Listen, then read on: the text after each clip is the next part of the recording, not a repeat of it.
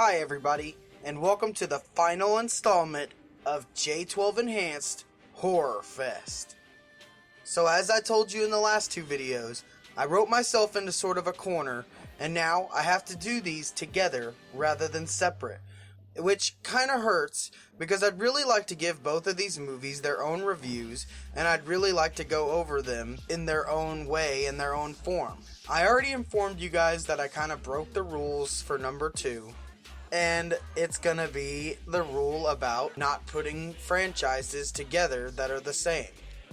So, in a way, this one is kind of breaking the rules, but I just couldn't make a decision. It was an absolute toss-up at number 2. It, 1990, and the 2017 re-release. I'm putting them both in this spot as a tie because I just can't make up my mind. There are things I love about the original 1990s TV series. There are things I love about the 2017 reboot movie as well. Bill Skarsgård playing Pennywise, I'm sorry, is just better than Tim Curry. And I know a lot of people are charging at the gates to kill me now for that. Calm down guys. But listen, Bill Skarsgård, when you ask people who have read the book, which I have read the book, It, multiple times, he just personifies Pennywise or It much, much better. When you read the book and compare the two characters, there's just a night and day difference. Now, I'm not in any way, shape, or form saying that Tim Curry's performance was bad. As a matter of fact, it's what scared the ever-loving daylights, and I'm sure y'all are getting tired of hearing me say that, but it absolutely did. It scared me so much that I hated clowns up until I finally found ICP, and they brought me back to my clownhood and made me love clowns as much as I do to this day.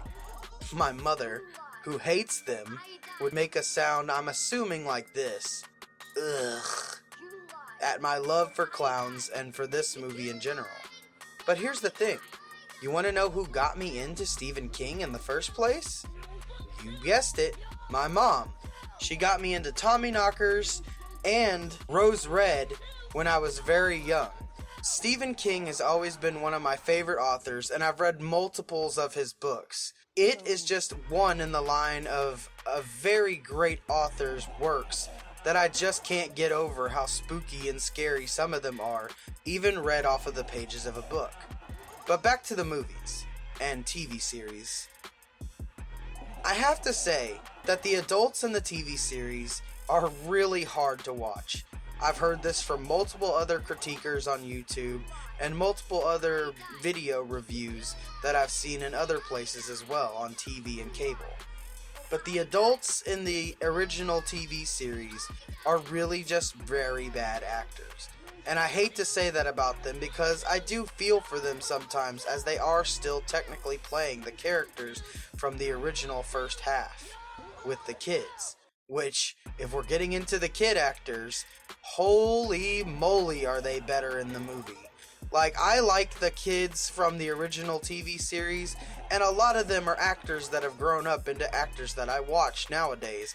But the kids from the new movie are just so endearing and so lovable with every single line and comment, especially Richie, that I just can't get over how great these kids were in the first part of the movies.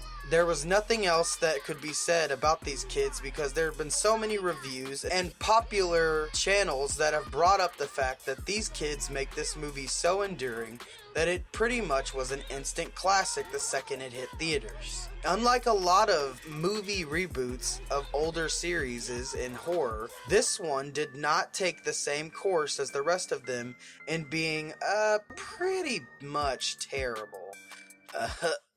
Nightmare on Elm Street. Friday the 13th remake. Poltergeist remake. Yeah, so these movies were bad. This movie came out, and when I saw it in theaters, I was actually afraid. and at the age that I was in 2017, there's no reason that I should have been afraid of a horror movie when I've seen so many. But I'll be honest with you, the projector scene is pretty dang terrifying, and the fact that somebody brought their 10-year-old child to the theater to see this movie, and we heard them scream at the top of their lungs when Pennywise jumps out of the projector, just goes to show that even though it is a newer movie, it still had the good scare ability to scare both me and a 10-year-old child in the same theater. Now, the 90s series is really endearing to my heart because I watched it a lot as a kid growing up. After I stopped being afraid of clowns, Tim Curry's performance became one of my favorite performances by any clown in a movie up until we got... Better kid, don't you like clowns? Aren't we fucking funny? The Devil's Rejects and one of the best clowns in cinema history. But really, this TV series is one of my childhood favorites, and that's why I really could not put the film over it. The film does have a lot of things that are better than the series, and I'll agree to that wholeheartedly. The scene with Georgie in the very beginning, when Pennywise is trying to convince him to take the boat, is way more ominous and scary in the movie. But Tim Curry's performance in the original 1990 series is just far more believable if you were trying to be a creepy clown in a storm drain trying to convince a kid to come in. Bill Skarsgård's performance, while eerie and unsettling, is just the problem, that it's eerie and unsettling. Any child at Georgie's age would definitely not even come close to some creepy clown like that in a storm drain, much less in the early 80s. That kid would have been hauling butt in the other direction at the sight of Bill Skarsgård's creepy lazy eye. To summarize these two movies into the one spot of number 2, because I'm so stuck in the middle on these two movies on which one was better, the TV series movie or the 2017 remake, I've decided to put them in the exact same spot and give them both the honor of number 2 on my greatest horror movies of all time list. Now, we're moving into number 1. And this one, I definitely couldn't make a tie. I chose to break the rules on number 2, but I will not break the rules on number 1. We all know that it's gonna be something from the Child's Play series, as it is my favorite series of horror movies of all time, if we're talking about series in general. But, since there are plenty of Chucky movies,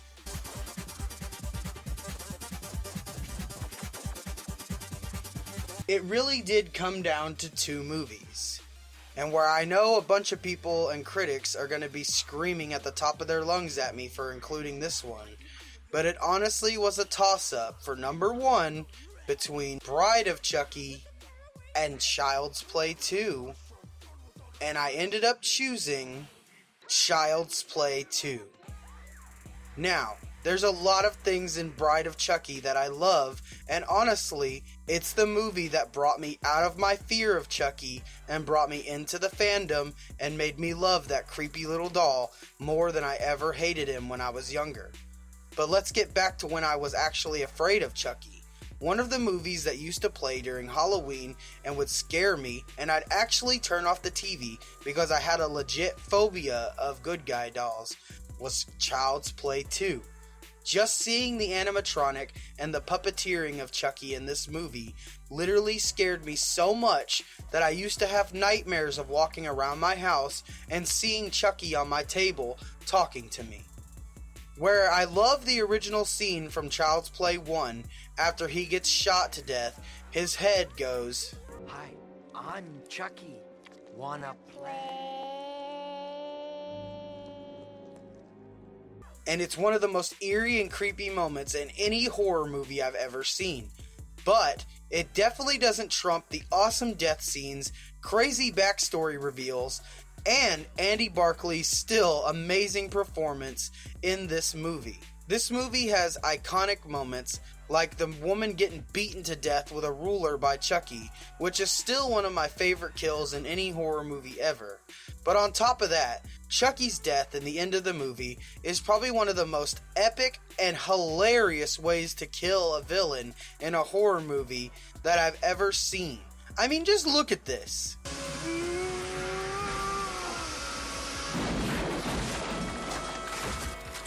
You cannot tell me that didn't jump right off the screen of a Looney Tunes cartoon. While we're going to keep this a little bit short, I really want to get into how great this movie is and why it beats Bride of Chucky. Where Bride of Chucky has a lot of good funny moments, this is actually the movie where the series kind of steered off from its actual horror roots and tried to take a more comedic trail into comedy horror, which was becoming popular at the time with Scary Movie and the like releasing. So where I love Bride of Chucky and the humor that it brings to the horrible nature of the Chucky doll, it honestly kind of waters it down for me, and where it is my favorite of the more humorous versions of Chucky, I actually was very happy to see Chucky come back in the other newer Chucky movies, Curse of Chucky and Cult of Chucky, which were both amazing. I'm also watching the new series on Sci-Fi right now, and I gotta say, I'm very impressed, and I've been having a really good time watching it, because it actually fits up more with the old school style of Chucky, rather than the style that we got after Bride of Chucky, and Seed of Chucky is probably the one that I hate the most, because it pretty much ruined the franchise for me. They went over and beyond to try and be as funny as Scary Movie, which is impossible, especially for the time period. Scary Movie was just so good back then until we got to Scary Movie 4, then that's where it all fell apart. So the reason why Bride of Chucky isn't here in this spot is absolutely for the fact that Child's Play 2 actually scared the crap out of me when I was a kid, and to top it all off, I loved it even more as an adult, going back and watching it and marveling at how good the puppeteering is, how great the acting from whoever they have in that little costume is, and just how believable Andy Barclay is as the little kid who's just trying to get away from the Chucky doll that caused him so much hell in the first movie and caused his mom to go to an insane asylum for trying to convince the world that her son wasn't a serial killer and that it was her evil doll that she bought for him for his birthday one year.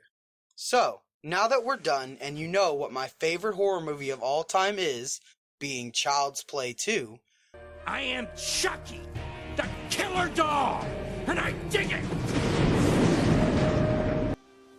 we are finally done with Horror Fest, and where it's bittersweet because I love this month and everything that it entails since I am a horror enthusiast, I have to say that I really did kind of bite the bullet here and did the best I could with the time that I had left. But honestly, it's all been my own fault and my own procrastination that's kept me from finishing on the time schedule that I wanted to and the way I wanted to, which was each of these movies getting their own solid review, and I will do that either here in the next upcoming year or for Horror Fest next year.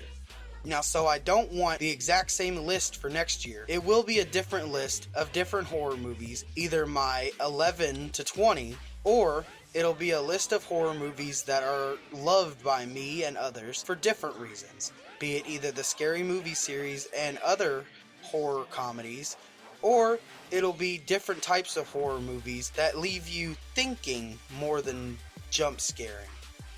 Anyway, this is the final sign-off for J12 Enhance Horror Fest, and I really hope you guys enjoyed all the movie reviews and liked hearing me talk and make my jokes about these movies that I grew up with and left such a great imprint on my life. Now that we're done, I'd just like to say thank you for everybody who got involved and supported me through all of this. We'll continue in November with different types of videos, and after this, on Halloween night or the night after, I will be uploading my next Dragon Ball Super manga review that I didn't get to after it came out a couple of weeks ago or a week ago. I honestly can't remember. But I will be doing that review for all of you who like seeing my Dragon Ball Super manga reviews. When I get around to it, you guys will definitely be the first to get the alert. This has been J12 Enhance Horror Fest. I'm signing off, you guys. Have a great night.